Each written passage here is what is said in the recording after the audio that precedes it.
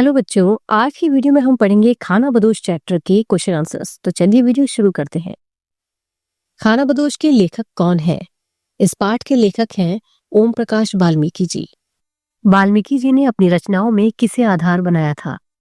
वाल्मीकि जी ने अपनी रचनाओं में जातीय अपमान और असहायों के उत्पीड़न को आधार बनाया था।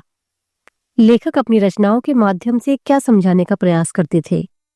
लेखक अपनी रचनाओं के माध्यम से ये समझाने का प्रयास करते थे कि एक असहाय की पीड़ा को असहाय ही बेहतर ढंग से समझ सकता है और उसकी अभिव्यक्ति कर सकता है। ये कहानी किस पर आधारित है? ये कहानी उन लोगों पर आधारित है जो मेहनत मजदूरी करके अपना गुजर बसर करते हैं, लेकिन कुछ समृद्ध और ताकतवर लोगों द्वारा शोषण और यातना का शिकार हो जाते हैं। ईंट के भट्टे पर काम करने आए दलित पति पत्नी का क्या नाम था? सुकिया और मानो। ईंट के भट्टे का ठेकेदार का क्या नाम था? ठेकेदार का नाम था असगर। सुकिया और मानो अपना गांव छोड़कर शहर क्यों आए थे? सुकिया और मानो अपना गांव छोड़कर शहर में तरक्की की आस में और पैसा कमाने के लिए आए थे। सुकिया और मानो को कहाँ काम मिल गया था? सुकिया और मानो को शहर में एक ईंट के भट्टे पर काम मिल गया था। ईंट के भट्टे पर सबसे ज्यादा कठिन काम कौन सा होता है? ईंट के भट्टे पर सबसे ज्यादा कठिन काम मोरी पर काम करना होता है। मोरी पर क्या काम किया जाता है? मोरी पर ईंटें पकाने का काम किया जाता है, जिसमें कोयला, बुरादा, लकड़ी और गन्ने की बाली को मोरियों के अंदर डालना होता है। जसदेव कौन था? जसदेव एक छोटी उम्र का मजदूर लड़का था और जाति से ब्राह्मण था। भट्टे के मालिक का क्या नाम था? भट्टे के मालिक का नाम था मुख्तार सिंह। एक दिन भट्टे पर मालिक मुख्तार सिंह की जगह कौन आया था? भट्टे पर मालिक मुख्तार सिंह की जगह उनका बेटा सूबे सिंह आया था। सूबे सिंह कैसा व्यक्ति था?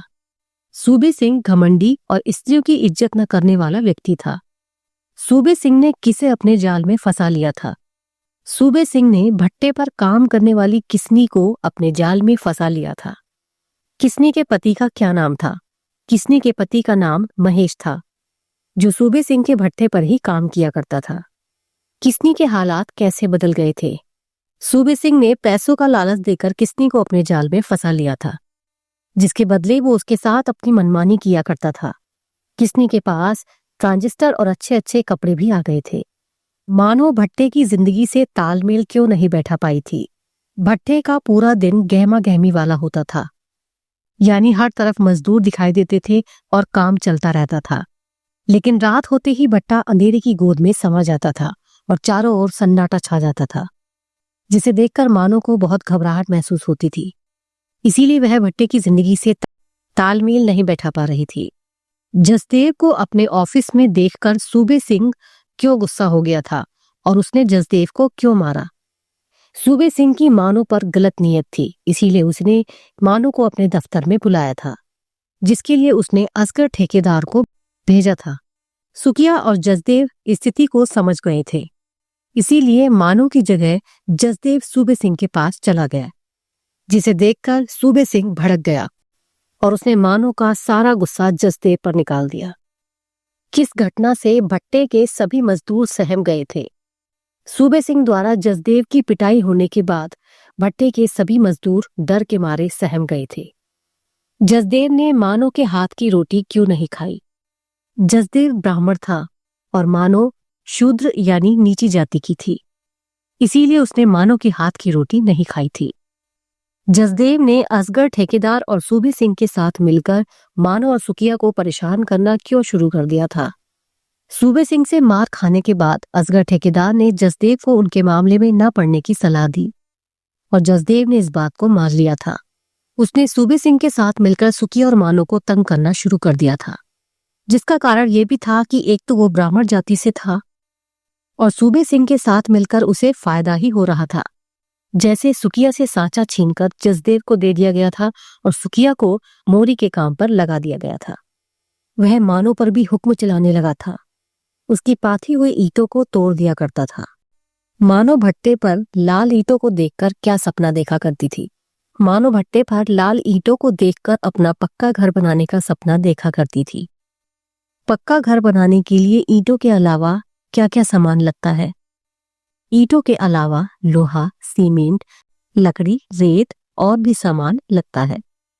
सुखिया और मानो को सूबे सिंह, ठेकेदार और जसदेव अब सभी परेशान करने लगे थे। यहाँ तक कि ठेकेदार ने भी उसे टूटी ईंटों के पैसे देने से भी इनकार कर दिया था, जबकि वह दिन रात दिल लगाकर मेहनत मजदूरी किया करते थे। इसीलिए मानो को टूटी ईंटों की तरह अपना सपना भी टूटता हुआ दिखाई दे रहा था। सुखिया और मानो को भट्टा उनकी खानाबदोश जिंदगी का एक पड़ाव क्यों लग रहा था? भट्टे पर सुखिया और मानो को दिन रात परेशान किया जा रहा था। उनकी मजदूरी का भी पूरा पैसा उन्हें नहीं मिलता था। उनका ज्यादा पैसा कमाने का सपना मानो टूट गया था। इसीलिए दोनों पति पत्नी ने वो जगह छोड़ दी थी और वहां से अगले काम के लिए निकल पड़े थे। उन्हें वो भट्टा अपनी खानाबदोश जिंदगी का मात्र एक पड़ाव लग रहा था और वह दिशाहीन यात्रा के लिए निकल पड़े थे।